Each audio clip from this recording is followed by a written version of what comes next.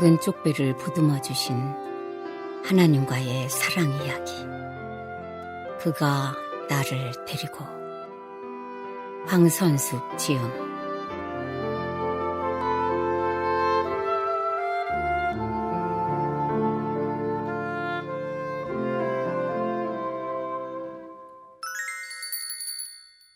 (1장) 나의 자양분이 되신 어머니께로 인도하시다.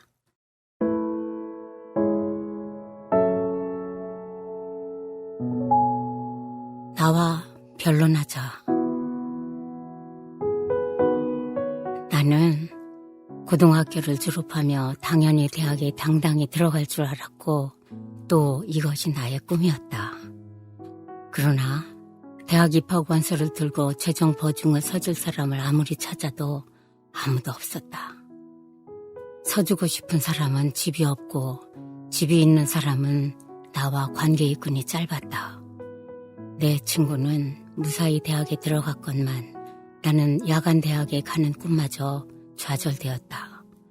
그러자 독한 마음이 생기고 어려서부터 다니던 교회와 하나님께 반감이 생겼다. 까짓 대학도 못 들여보내는 하나님이면 내 힘으로 해보고야 말 거다.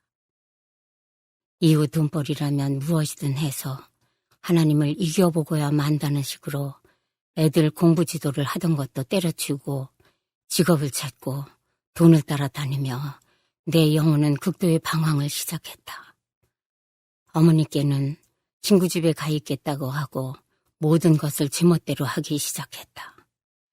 그런데 웬걸 따라다니는 돈은 벌리지 않고 몸과 마음은 피폐해지기 시작해서 위에 탈이 나서 밤새 고통을 하기 일쑤였다. 성경책은 늘 여행 가방 맨 밑에 모셔놓고 보지 않으면서도 하나님은 결코 잊지는 않겠다는 심정이었던 것 같다. 다른 사람이 일생 동안 할 일탈을 나는 단기간에 액기스로 했다. 몸과 마음이 극도로 공허하던 어느 날 나는 왜 이리 방황하는 걸까 하면서 어머니께 가야겠다는 생각이 문득 들었다. 누군가 내 몸을 획 돌이켜 놓는 것 같이 뭔가 내 맘에 싹 하는 바람이 느껴졌다. 그날 갑자기 나는 짐을 싸서 집으로 왔다.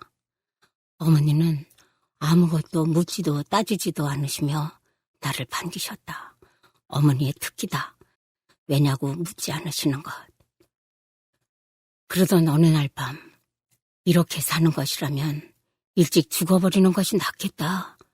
라는 생각이 들었다.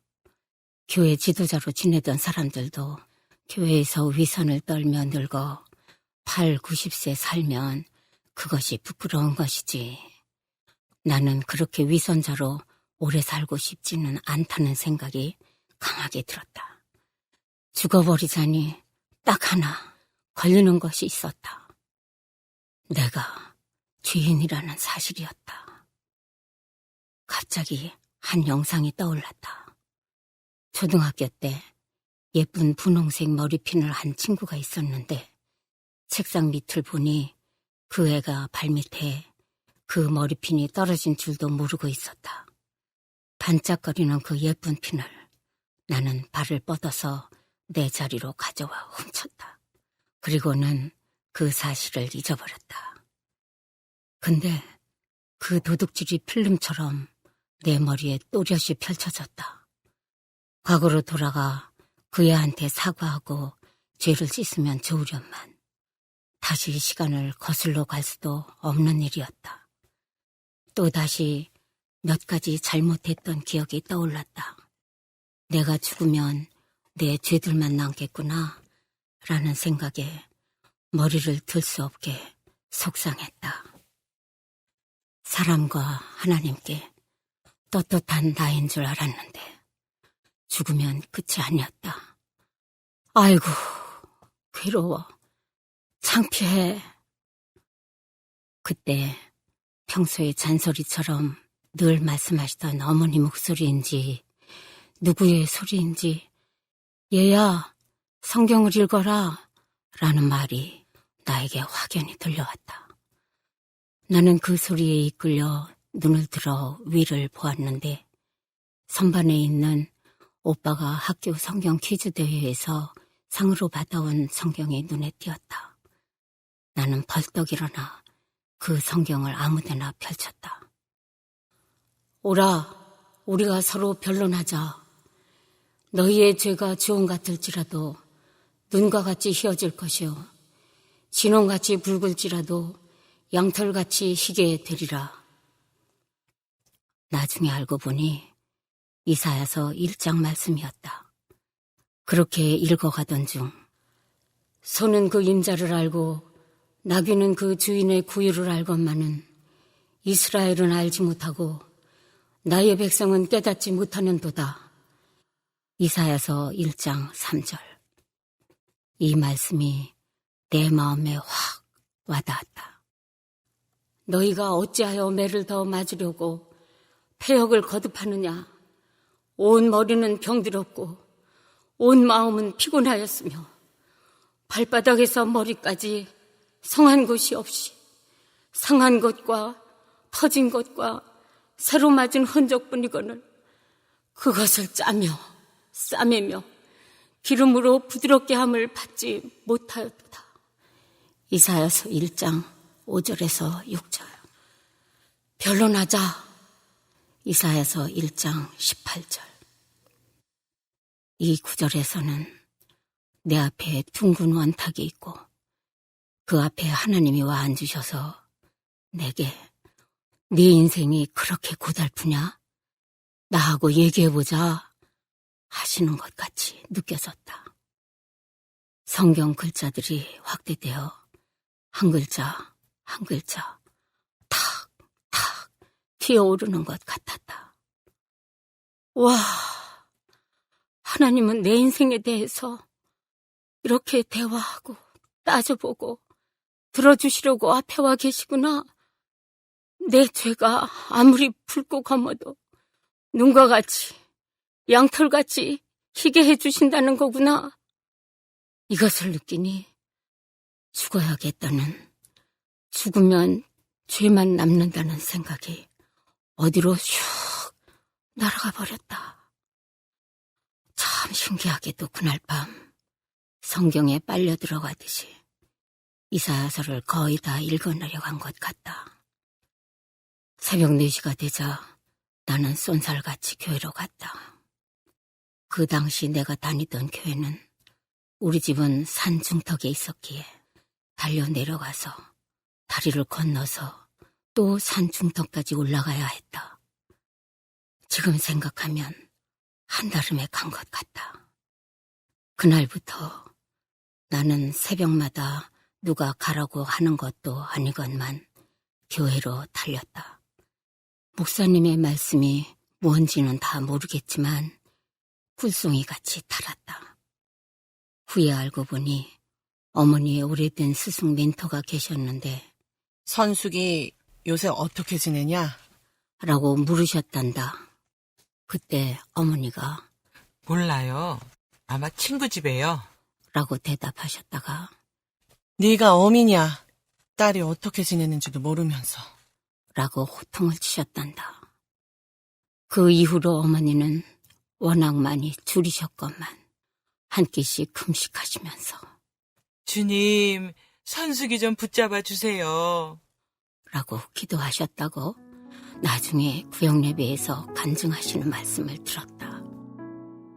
그 금식기도 응답으로 나는 방황을 멈추고 집에 온 것이었다. 자녀들을 위해 기도하면 하나님이 다 들어주시니 열심히 기도하라고 권면하시는 것을 들으며 깨달았다. 어머니의 애끓는 기도 때문에 하나님은 내 마음의 눈을 밝히신 것이다.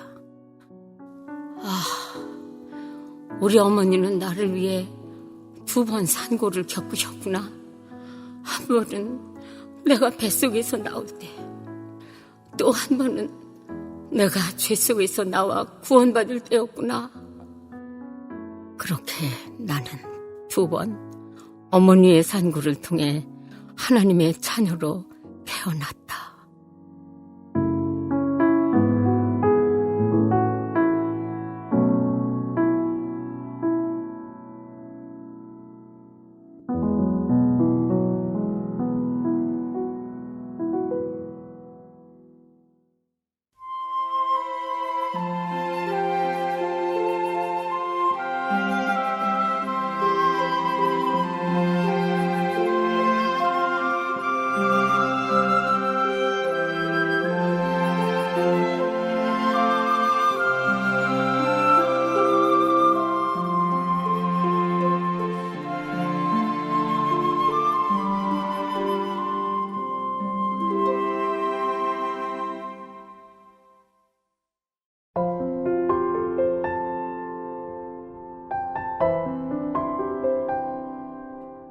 6.25 피난길에도 하나님은 우리를 보듬으셨다. 1950년 6월 25일 주일 오전 10시는 아버지와 우리 사이를 영원히 갈라놓았다. 그 당시 포천 근처 초등학교 교사였던 아버지는 그날 마침 당직이었는데 10시에 피난민들을 학교에 모시느라고 동분서주하셨고, 어머니는 두 돌이 채 안 된 아기인 나와 초등학교 1학년인 8살 오빠를 데리고 할머니들을 안전한 곳으로 이동하게 하고 있었다. 어머니가 돌아와 보니 학교는 텅텅 비었고 아버지는 어디로 갔는지 알 길이 없었다. 가족과 헤어진 아버지는 전쟁 사태의 심각성을 알고 가족을 찾아 헤매다가 이 한 몸이라도 조국을 위해 자원입대하셨다. 전투 중 편지 2통, 그 후 전쟁이 끝나고야 전사통지 1장 달랑 받은 것이 끝이었다. 그 전쟁터에서도 아버지가 쓴 편지 속 부탁은 교회에 잘 다닐 것과 예수님을 믿어야 구원을 받는다 라는 것이었다. 아버지는 이미 도시 유학을 하던 학창시절에 하숙집을 하시는 목사님을 통해 예수님을 구주로 영접한 상태였다. 일제강점기에 교회가 다 문을 닫자 돈도 안 남는 하숙집을 하심. 성경 말씀 공부에 빠져들고 비 오는 날은 교회가 머니까 동네 교인들을 모아 예배를 인도하면서 신학교에 가서 목사가 되는 것이 아버지 소원이셨다. 주일이면 아버지는 일찍부터 우리를 목욕시키고 먼저 교회에 가서 주일학교를 인도하셨고, 어머니는 우리가 교회에 가고 나면 마지못해서 예배에 참석하기는 하나 맹숭맹숭하니 있다가 귀가하곤 했다. 그러니 애들과 무엇을 먹고 사냐고 한탄하는 부인 말에 기가 눌려 신학교 입학을 서두르지 못하던 차에 전쟁이 터진 것이었다. 그때 어머니는 8살 아들 등에도 한 짐을 지우고 아기인 나를 둘러엎고 피난 보따리를 이고 들고 아무리 피난을 가고 가도 안성까지 가서는 더 이상은 갈 수가 없었다. 교회에 찾아가니 목사님이 단칸방에 계신 전도사님께 방 반을 우리 식구에게 주라고 해서 겨우 거처는 찾았으나 먹고 살 길은 막막했다. 어느 날 이북에서 오신 피난민 아주머니가 세댁 회개해 봤수? 하고 물어왔다. 어머니는 그 말에 나는 천석군 막내딸로 자라서 남의 밥 한 술도 안 먹어본 사람이라 회개할 것 없어요. 라고 했단다. 그런데 그날 밤부터 어머니는 여러 가지 죄를 지은 것이 계속 떠올라서 잠을 잘 수가 없었다. 피난민이 너무 많아서 학교에 임시 교회로 정한 곳을 찾아가니 이미 여러 사람이 와서 기도하고 있었다.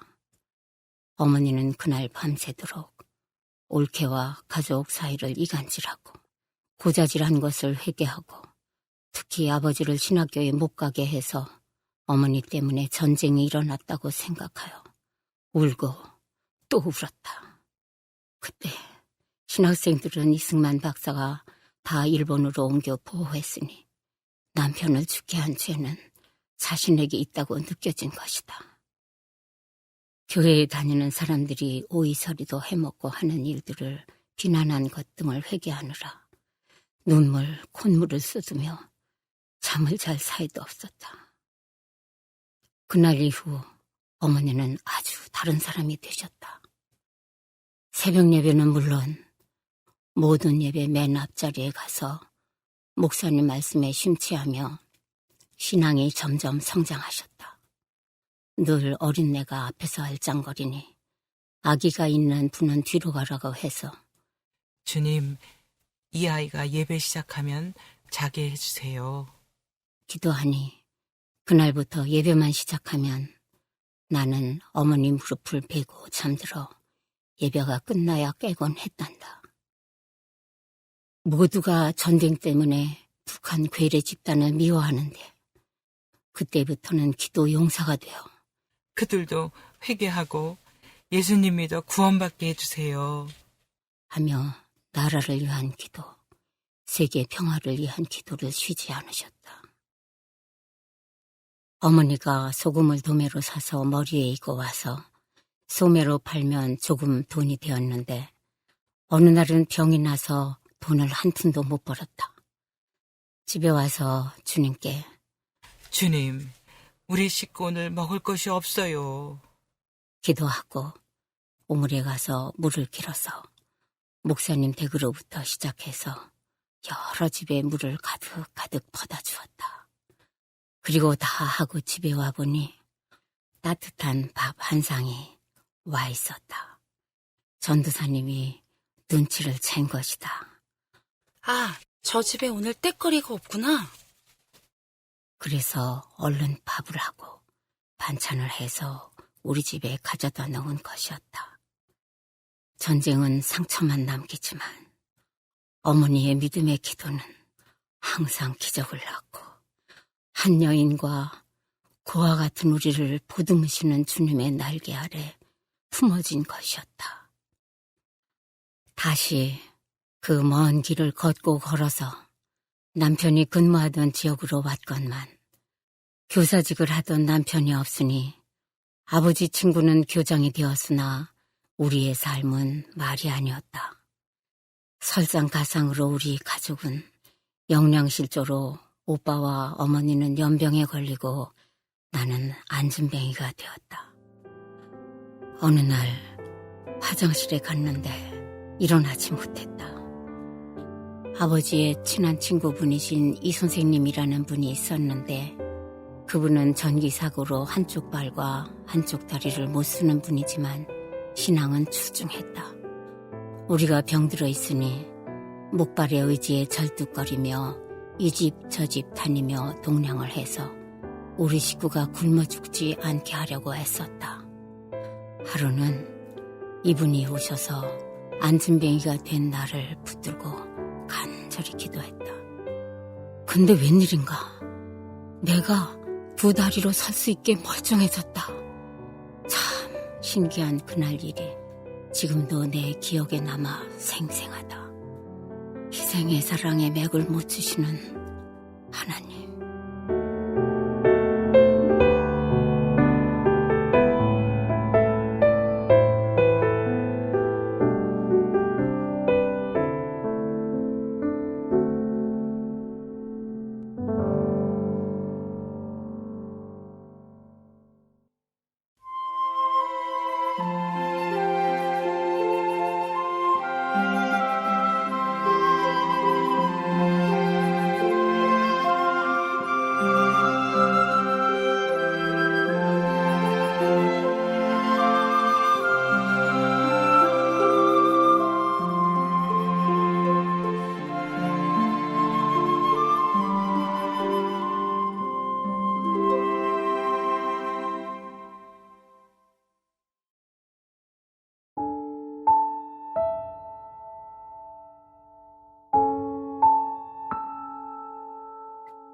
철원의 겨울, 주님은 과부와 어린 것들을 돌보셨다.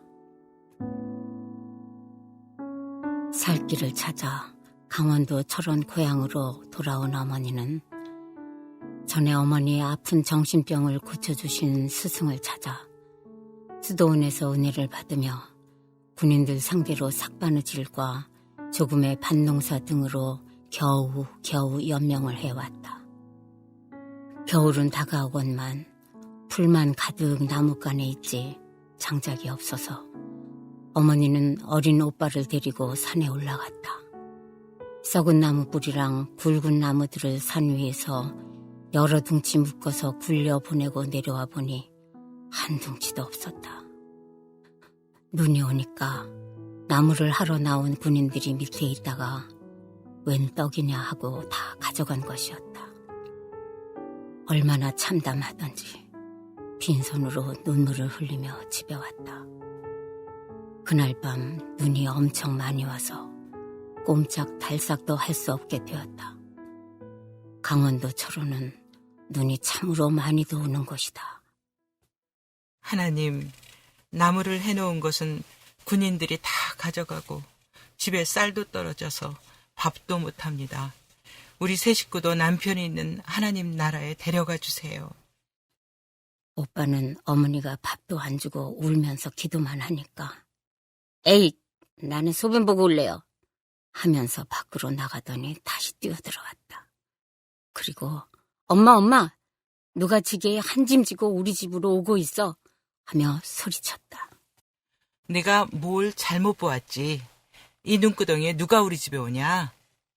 그런데 조금 후에 쿵 하며 누가 집 내리는 소리가 들려서 나가보니 과연 어떤 분이 땔감과 쌀을 가지고 온 것이었다. 사연인즉 수도원에서 한동안 기도하려고 서울에서 오신 분이셨다. 그분도 우리를 모르고 우리도 그분을 몰랐다. 하나님이 말씀하셨단다. 군단리에 정속장이라고 있는데 자꾸 애들하고 나한테로 오겠다는구나. 수도원에 가서 쌀은 구워달라고 하고 나무는 내가 보여주는 데 가면 솔잎이 많이 모여 있으니 그것을 긁어 모아서 가져다 주어라. 수도원에 물으니 쌀도 주고 지게도 빌려주어서 한 번도 지게를 져보지 않았지만 쌓인 눈을 헤치고 가지고 온 것이다. 아들과 해놓은 면나무 둥치는 다 가져가시고 눈구덩이에서 한 과부와 어린 것들을 직접 돌보시고 먹이시는 하나님이라고 해야 하나. 정말 살아계신 하나님이시다. 그 추운 겨울에 오빠와 나는 화롯불 앞에서 기차놀이를 하고 낄낄거리며 지냈다. 화롯불에는 재를 담고 그 가운데에 벌겋게 달아오른 숯을 묻고 재로 덮었다. 이 화롯불은 아주 훌륭한 난로가 되어 우리 방을 훈훈하게 했다. 화롯불 근처에 모여 앉아서 이불 꿰매는 굵은 실을 오빠 것 한 줄, 내 것 한 줄 제 위에 늘어뜨리고 또 묻고 또 제 위에 늘어뜨린다. 이 실이 기차이다. 실 한쪽 끝에 불을 붙이면 실은 빨간 불을 타고 제 위로 달리다가 제 밑으로 터널을 뚫고 달리다가 또 제 위로 올라온다. 누구의 기차가 빨리 달리나 응원을 하고 함성을 지르고 웃고 떠들며 우리는 추운 강원도 철원의 겨울밤을 견뎌냈다. 사랑하는 주님이 함께 하셨기에 이 추위에도 추억을 한 자락 수놓은 것이다. 우리 집은 사렙다 과부의 행복이 이어온다고 나는 늘 되낸다. 집에 쌓아놓을 양식은 없었다. 그러나 새날이 오면 사렙다 과부의 기름통에 기름이 떨어지지 않고 밀가루통에 밀가루가 떨어지지 않은 것처럼 우리 집에서 양식이 없어서 굶는 일은 없었다. 잠시 배고파서 물을 잔뜩 마시고 뛰어가면 배에서 물소리가 양철통의 물처럼 출렁출렁 소리를 내기는 했지만 그것도 깔깔거리며 그 소리를 즐기곤 했다. 내 사역기간에도 통장에 묻어둘 돈은 없었다. 그러나 항상 나는 풍족했고 때로는 나누어줄 조금의 부스러기도 있었다. 많아서 교만할 사이도 없고 없어서 잠언 기자의 고백처럼 비굴하지 않도록 주님의 보장으로 우리 집에 먹을 것과 입을 것에 마련은 주님의 몫이었다. 또 하나, 우리 가족에 대해서 고백할 것이 있다. 오빠는 내성적이고 조용할 뿐 아니라 신앙도 고등학교 이후에는 존경스럽지 않았다. 그래서 내 속에 조금 시원치 않게 생각하는 부분이 있었다. 우리 집 안방에서 교회를 시작하였을 때 새벽이 되면 나는 억지로 예배 자리에 앉아 참석하곤 했다. 하루는 창세기 9장을 오빠가 설교하는데 무슨 은혜 받을 것이 있겠어? 라고 생각하며 설교하는 모습을 보았다. 근데 에구머니나 강단에 오라버니는 온데간데 없고 예수님이 서 계시는 것이 아닌가? 창세기 9장 18절부터 29절 말씀이었다. 셈과 야벳이 옷을 가져다가 자기들의 어깨에 메고 뒷걸음쳐 들어가서 그들의 아버지의 하체를 덮었으며 그들이 얼굴을 돌이키고 그들의 아버지의 하체를 보지 아니하였더라. 창세기 9장 23절. 셈의 하나님 여호와를 찬송하리로다. 하나님이 야벳을 창대하게 하사 셈의 장막에 거하게 하시고. 창세기 9장 26절에서 27절. 하나님께서 네 오라버니의 부족함을 옷으로 덮어라. 셈과 야벳이 되거라 라고 하시는 것 같았다. 그 다음부턴 오라버니를 뵐 때 나는 벌벌 떤다. 주님의 옷으로 덮는다.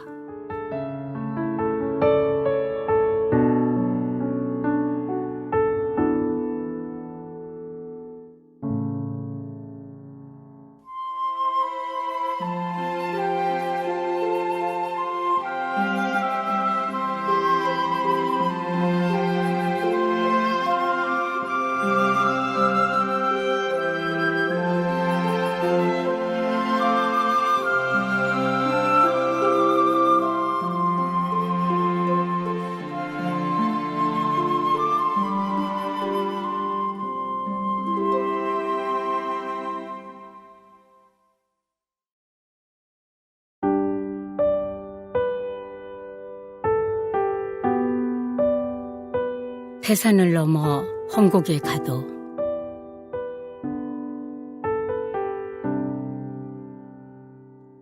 권사님, 좋아하시는 찬송 있으세요? 신방 오신 목사님이 물으시니 지체 없이 어머니는 태산을 넘어 헝곡에 가도 빛 가운데로 걸어가면 이라고 하신다. 그러시며 이 찬송을 좋아하게 된 연유를 말씀하신다. 전화기도 없는 때인지라 시골교회 목사님은 갑자기 신방을 가자고 우리 집에 오셔서 어머니를 앞세우실 때가 많았다. 목사님 혼자 각 가정을 신방하시기에는 아직 완고한 우리 사회였다.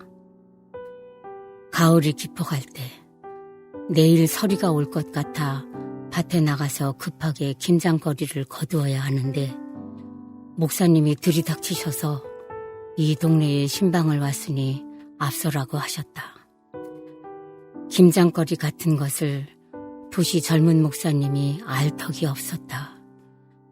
혼자 어린 것들을 데리고 사는 과수되기 어려움은 전혀 헤아릴 수 없는 것이었다. 어머니가 감히 누구 말씀을 거역하겠는가. 밤늦도록 목사님을 모시고 신방을 하고 가을 거지는 뒤로 미뤘다. 새벽에 일어나 보니 아이쿠, 서리가 하얗게 덮이고 배추, 무는 다 삶아놓은 것 같이 되어 그해 김장을 못했다. 이 이야기를 들은 큰 냇물 건너 사시는 분이 김치를 줄 테니 가지러 오라고 하셔서 어머니는 감사함으로 갔다. 이분은 무당을 하다가 회개하고 이제 갓 하나님을 믿은 분이었다. 예배를 드리고 말씀 좀 가르쳐달라고 해서 신앙생활을 지도해주다 보니 어두워졌다.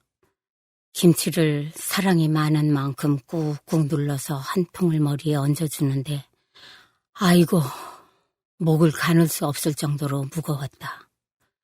저녁이 되어가니 서둘렀건만 섣달 그몸이라 달빛도 없고 캄캄해서 큰 냇물 가까이 왔으나 징검다리를 찾을 수가 없었다. 내려놓으면 다시 머리에 얹을 수가 없을 것 같고 난감한 상태였다. 그런데 갑자기 하늘에서 환한 빛이 비추어 서둘러 마지막 징검다리를 건너니 그 빛은 온데간데 없이 싹 사라졌다. 그래도 아는 길이니 무사히 집으로 와서 이 찬송을 냅다 부르시며 좋아하시게 되었단다. 그렇게 가져오신 김장으로 우리는 걱정 없이 그해 겨울을 났다. 하늘의 환한 빛은 어머니 가슴에 항상 남아서 비추었다. 그때 목사님, 신방 동행 못해요. 나 김장거리 걷어야 해요. 라고 했으면 어머니는 그날 밤하늘의 환한 빛을 못 보셨을 것이다. 하나님이 그리 급하게 도우실 리도 없고 말이다. 태산을 넘어 험곡에 가도 빛 가운데로 걸어가면 주께서 항상 지키시기로 약속한 말씀 편치 않네. 하늘의 영광, 하늘의 영광, 나의 맘속에 차고도 넘쳐 할렐루야를 힘차게 불러 영원히 주를 찬양하리. 캄캄한 밤에 다닐지라도 주께서 나의 길 되시고 나에게 밝은 빛이 되시니 길 잃어버릴 염려 없네. 찬송가 445장. 또 그때는 그렇게 하루 종일 죽어라 일하시고도 밤에는 어김없이 오리 정도 되는 곳에 있는 교회에 가서 혼자 기도하다 자다 하시다가 목사님이 새벽 기도를 인도하러 나오시면 예배를 드리고 잠든 날을 업고 오셨다. 그리고 집에 와서 아침을 준비하곤 하셨다. 하루는 비가 추적추적 오고 교회에 비가 새서 어머니는 이리저리 피하면서 기도를 하셨다. 그러다 문득 내가 혼자 왜 이리도 기도해야 하나? 아무도 안 하는 철야 기도를 하는 생각이 들고 이제 나도 그만하리라. 마음 먹자마자 하늘에서 노한 음성이 들리며 혼이 나셨다. 그날과 그때는 아무도 모르느니라. 병력같이 큰 말씀이 들려왔다. 그리고 아이고, 하나님 잘못했습니다. 기도를 쉬지 않겠습니다.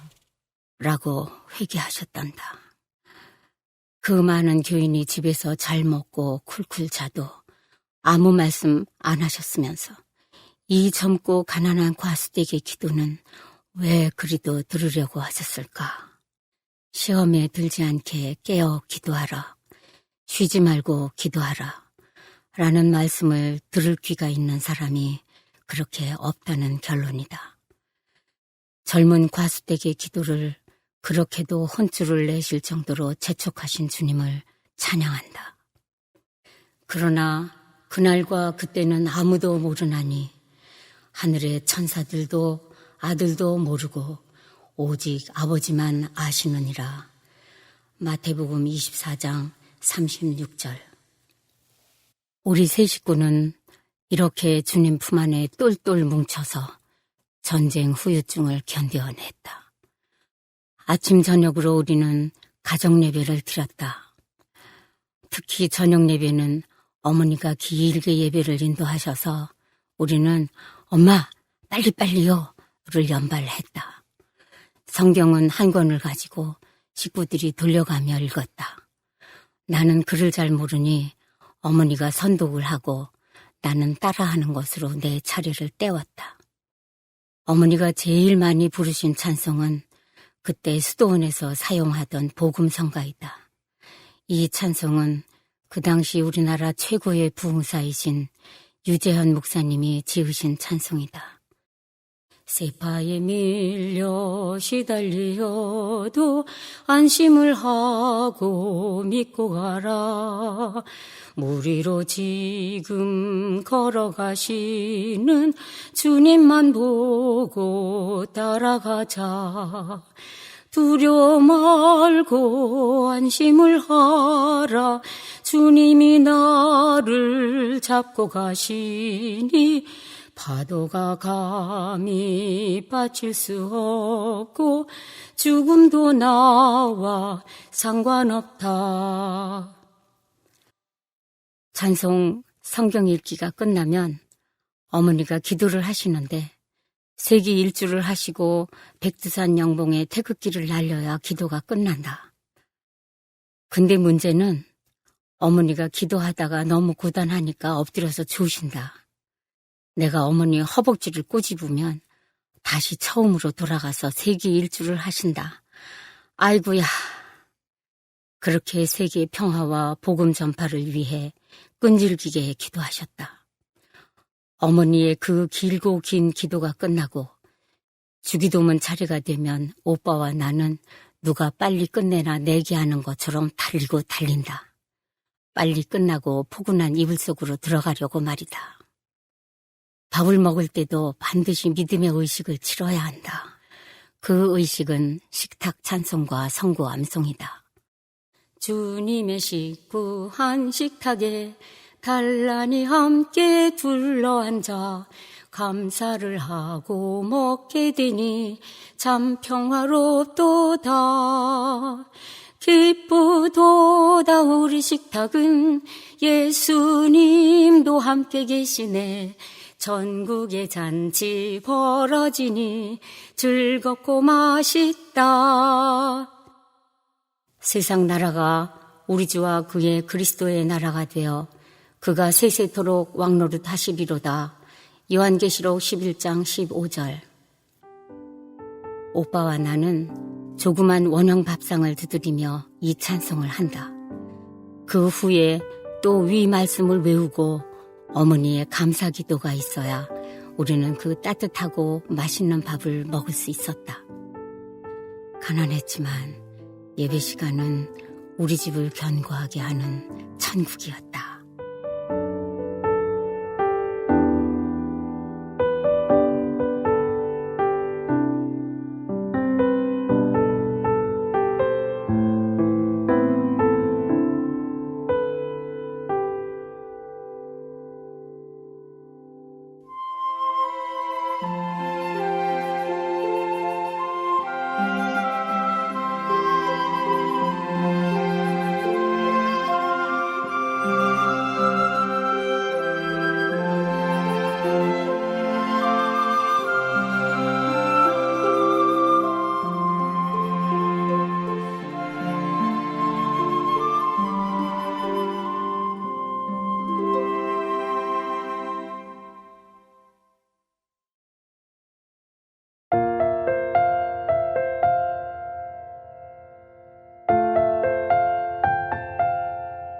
어머니의 전도를 받고 하나님의 사람들이 되었다. 전쟁 직후라 우리 동네에도 열병이 돌아서 내 친구인 연옥이의 오빠, 득수, 인수 두 오빠도 전염병으로 앓아 누웠다. 온 이웃이 그 집에 가면 병이 옵는다고 아무도 들여다보지도 가지도 않았다. 어머니는 그 가정이 아직 예수님을 안 믿으니 전도할 생각으로 병문안을 갔다. 이마에 손을 얹으니 불덩이같이 뜨거웠다. 예수님 이름으로 이 귀한 두 아들을 고쳐서 살려주세요. 간절히 눈물 뿌려 안수 기도를 해주고 왔다.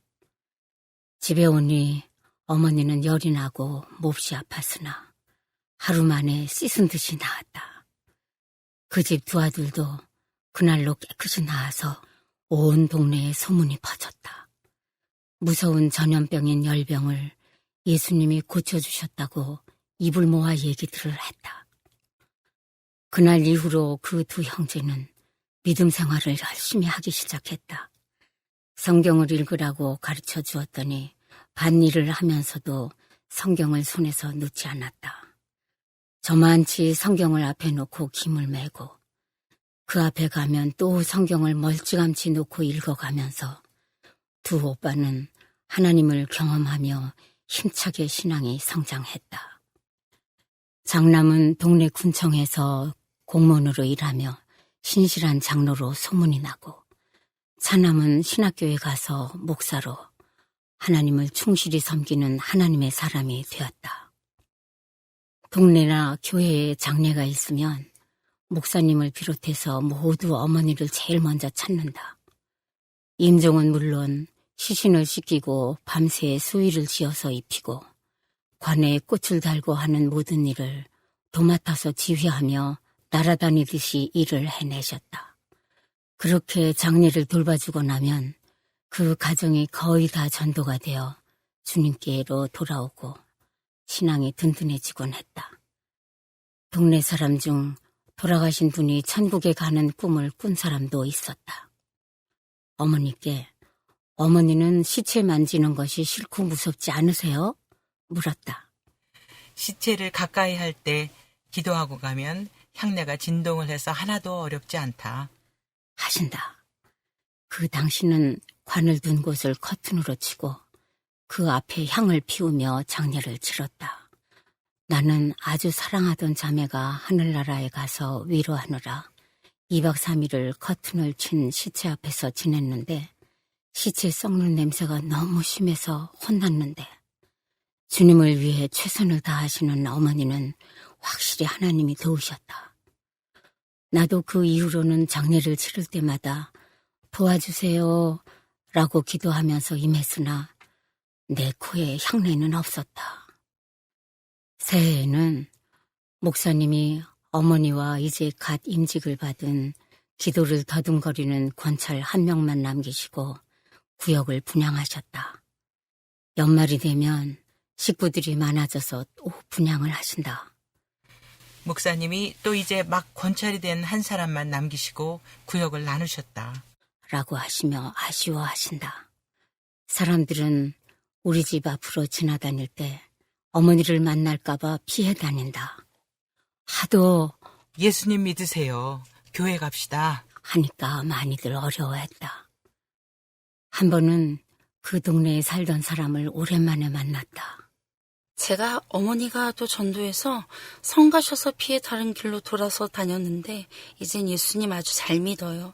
어머니께 꼭 전해주세요. 고마웠다고요. 우리 윗집에 새로 이사온 젊은 아기 엄마를 보고 아기 엄마, 예수님 믿어봤수? 물었더니 아니요. 쌩긋 웃으며 지나갔다. 그날 이후 이 아기 엄마는 얼마나 믿음이 좋아졌는지 항상 구역 예배 때마다 성경을 100장씩 읽어서 보고하곤 했다. 어머니는 아무리 따라하려 해도 40장 이상을 넘지 못해서 하루는 물었다. 무슨 재주로 그렇게 성경을 많이 읽어올 수 있어요? 아침 식사 후 애들 아빠 출근하고 나면 설거지는 물에 담가놓고 애들끼리 놀게 놓아두고 나는 이불 뒤집어 쓰고 성경을 봐요. 아기 엄마가 대답했다. 아, 비결은 여기 있었다. 후에 그 아이들과 가족 모두 교회의 큰 일꾼이 되었다. 초등학교 때부터 동네 사람들이 구역 예배를 드리러 오면 나도 뭔가 한몫 거들어야 할 것 같아서 예배를 드리는 분들의 때가 꼬질꼬질 묻은 하얀 고무신을 모두 집어 도랑물에 넣고 정성껏 닦고 부지런히 마른 걸레로 물기를 말려서 문 앞에 가지런히 놓곤 했다. 신발 씻을 사이도 없이 바쁜 분들이니 칭찬을 아끼지 않으시고 기뻐하셨다. 예배로 은혜도 받고 신발도 새 신발 같으니 나도 한 몫을 한 것 같아 뿌듯했다.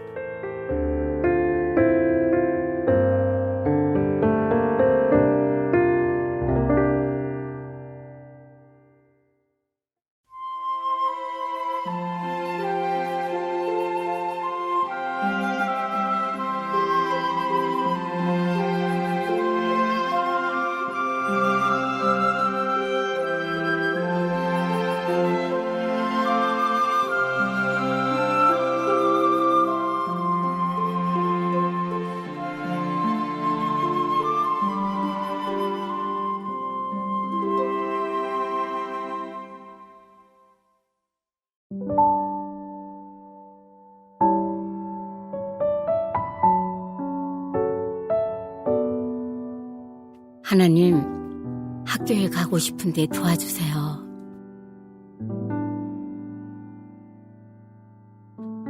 초등학교를 졸업하며 나는 서울에 있는 중학교에 가는 것이 꿈이었는데 어머니가 선수가 너 중학교 못 보낸다. 오빠 학비 대기도 너무 힘들다. 하시는데 하늘이 무너지는 것 같았다. 그때 시골에 잠깐 있었던 나는 보금중학교에 1등으로 들어갔으나 어머니는 서울에 계셨기에 있을 곳이 없었다.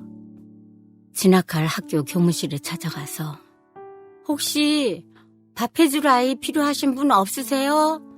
라고 물었다.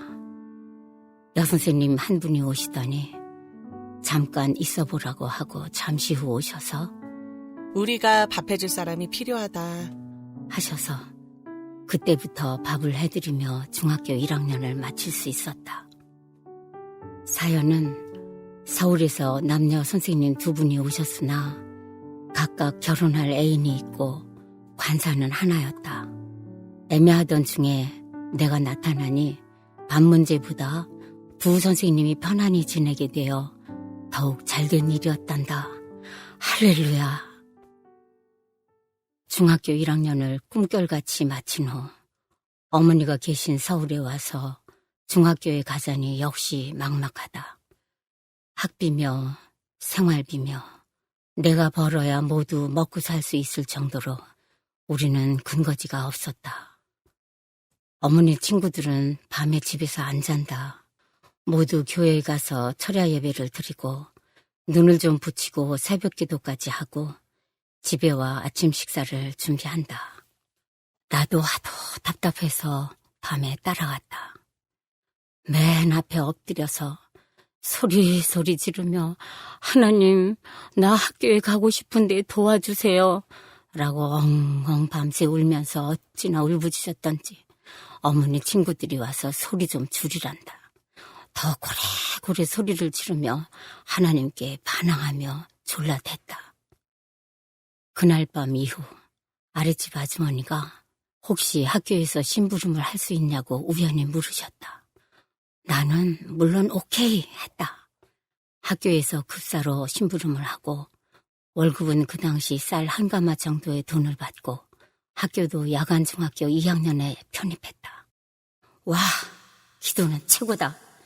하룻밤 울고 불고 했더니 우리 식구 모두 먹고 남을 양식과 학교까지 해결해 주시다니 내가 잘나서 그런 줄 알았는데 눈물 뿌려 기도하신 어머니의 후광이었다.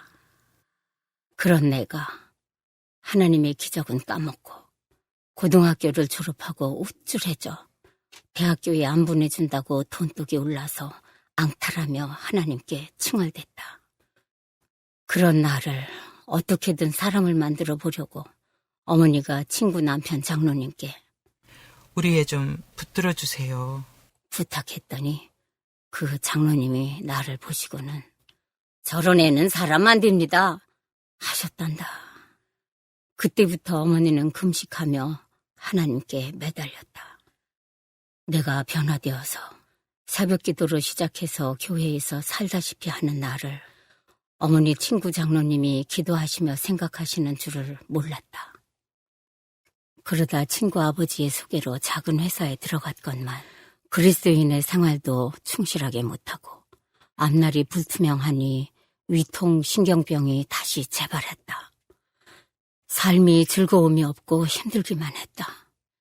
결국 마음이 자꾸 무거워져서 회사에 사표를 냈다. 어머니가 잘 가시는 기도원에 가서 기도하기로 했다. 그곳에 가니 모든 사람이 금식 기도를 밥 먹듯 한다.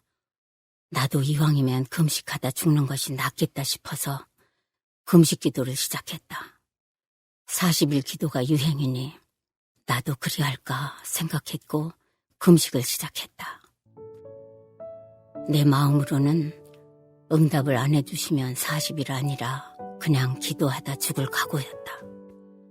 나는 어디로 가야 하나? 이것이 기도 제목이었다. 아무리 하나님이라도 응답을 주실 것 같지 않았다. 그러다가 30일이 되니 정말 죽음이 왔다 갔다 했다. 목숨이 끊어진다 생각하니 참기 어려운 고통 속에서 주님께 내 생명 마음대로 하시라고 나도 모르게 2손 2발 다 들고 하나님께 항복했다. 알아서 해주십시오. 이 기도기간 40일이 끝나면 첫 번째 열어주시는 길로 가겠습니다. 라고 나도 모르게 말씀을 드렸다. 그 후 다시 새 힘이 솟기 시작했다. 아는 친구가 어느 회사에 자리가 있는데 오라고 편지를 보내서 기도기간이니 못 간다고 하고 기도기간을 채우고 집에 왔다. 아무 데서도 일자리가 안 나타났다. 그런데 어머니 친구 남편 장로님이 신학교에 가라는 제안을 하기 위해 나타나신 것이다.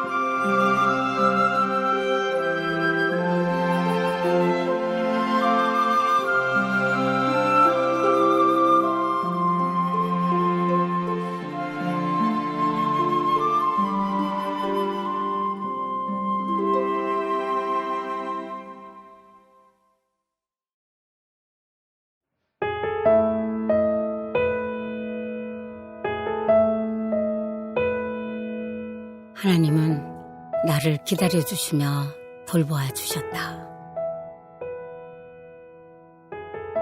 남석봉 장로님은 주일학교 교사로 죽을둥살둥하며 섬기는 나를 부르실 때면 항상 황 선생 하며 깍듯이 대해주셨다. 한 번도 경어를 놓치신 일이 없으셨다. 장로님이 어린이 전도 협회에서 교사 훈련이 있다고 가라고 하셔서 원효연 목사님의 가르침을 받았다. 글없는 책이며 어린이 신앙 육성과 전도 설교 등 많은 것을 배우며 내 신앙은 무럭무럭 성장했다. 여름 성경학교 때 이 글없는 책으로 설교를 할 때는 나도 울고 어린이들도 울며 큰 은혜를 경험하곤 했다. 나는 친구 대신 하나님과 푸른 초장 한없이 거니네. 손을 잡고 기쁨을 나누면서 단둘이서 한없이 거니네. 지나간 날들 내게 말씀하며 앞날에 될 일 내가 들을 때 믿을 수 없는 꿈만 같은 세상, 믿으니 이 세상 천국 같아. 나는 나 친구 대신 하나님과 영원히 다정하게 지내리. 천지는 모두 없어진다 해도 우린 영원히 지내게 되리. 이렇게 꿈만 같이 구름 위를 걷듯이 성장해 갔다. 그러나 어디로 무엇을 향해 가야 하는지가 뚜렷하지 않아서 금식 기도를 한 것이다. 어느 날 새벽 기도를 제일 늦게까지 하고 있는데 담임 목사님이 오셔서 황 선생, 신학교 갈 생각이 있으면 나한테 얘기해요 하셨으나 나는 속으로 나같이 삐쳐난 것이 무슨 신학교를요. 나보다 나은 사람이 가야죠 하고 나는 그 말씀을 저만치로 버리고 까맣게 잊어버렸다.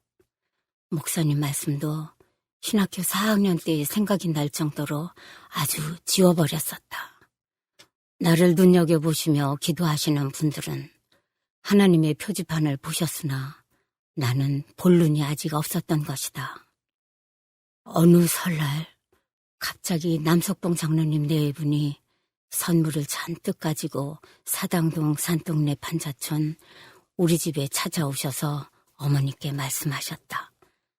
황 선생을 신학교에 보내게 허락해 주세요, 권사님. 나는 그 애는 하나님께 바칠 생각이 없습니다. 정 그러시면 그 애한테 물어보시지요.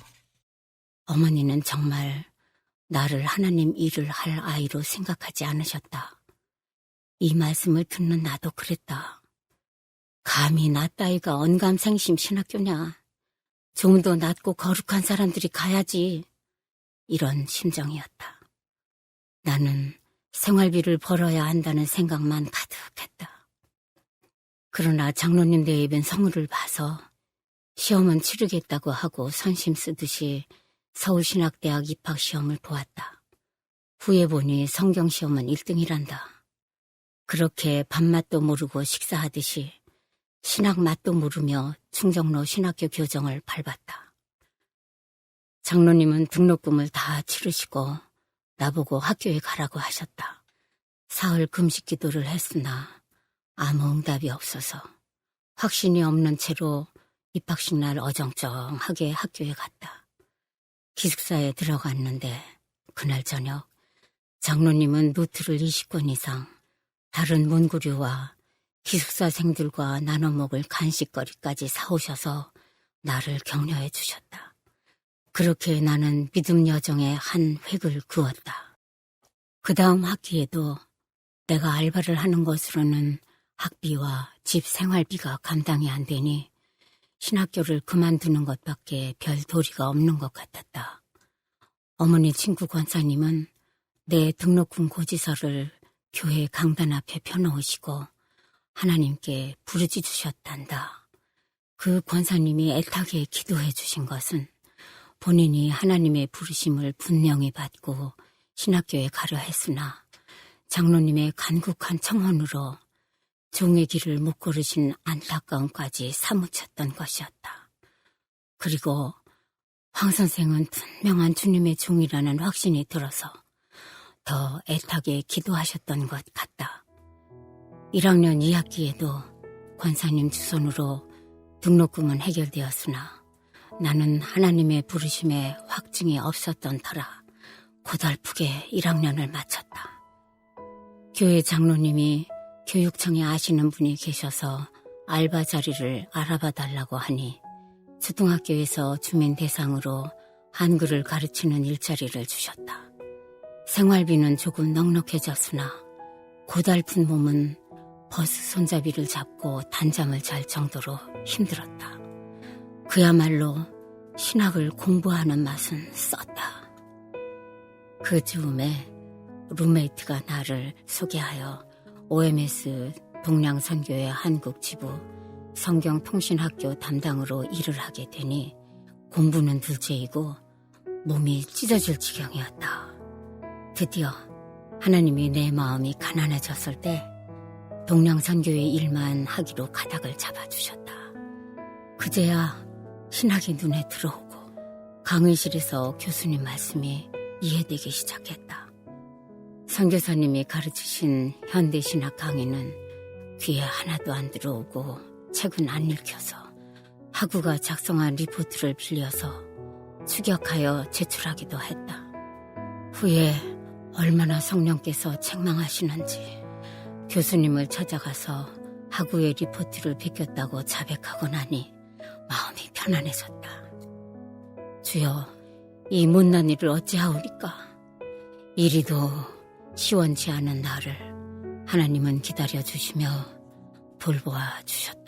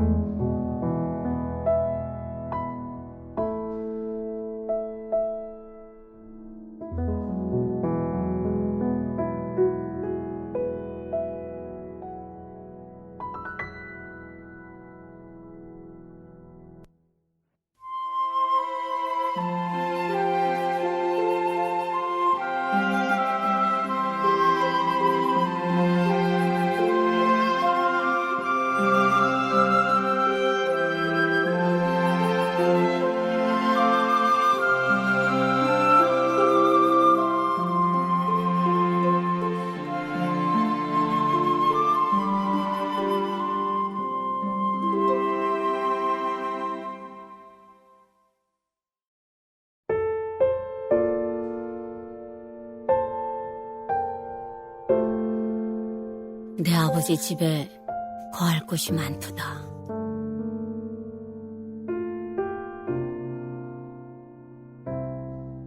어머니는 말년에 저금을 해서 모은 돈 1,000만 원과 금붙이 조금 있는 것을 다 우리 강변교회 재건축 헌금으로 드리셨다. 새벽 기도를 예물을 드리시며 여러 번 하시고 새벽에 제일 일찍 하셔서 강대상을 깨끗이 닦는 봉사도 여러 번 하셨다. 과부의 생활비 전부인 두 랩돈을 누구보다 많이 드렸다고 칭찬하신 주님께서 어머니의 헌금도 기쁘게 받으셨으리라 생각한다. 내가 퇴근을 하면 어머니는 말씀하신다. 예, 나 천국 가고 싶어.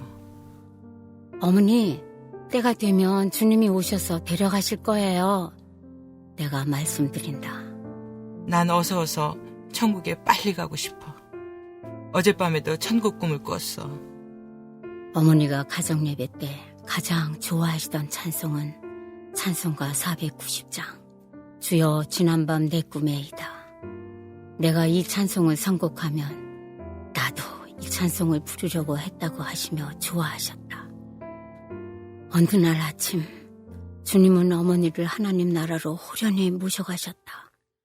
손녀딸 꿈에 보니 어머니가 주님을 만나서 주님, 뵙고 싶었어요. 하시니 주님은 사랑한다 내 딸아 하시면서 두 발 벌려 안아주셨단다. 감사합니다 주님. 어머니를 안고 업고 눈물을 닦아주시고 끝내 그 아름다운 천국으로 인도해 주셔서요. 나의 큰 바위 얼굴 우리 어머니. 너희는 마음에 근심하지 말라. 나. 하나님을 믿으니 또 나를 믿으라. 어머니. 내 아버지 집에 거할 곳이 많도다. 나. 그렇지 않으면 너희에게 일렀으리라. 어머니. 내가 너희를 위하여 처소를 예비하러 가노니. 나. 가서 너희를 위하여 처소를 예비하면. 어머니. 내가 다시 와서 너희를 내게로 영접하여. 나. 나 있는 곳에 너희도 있게 하리라. 어머니.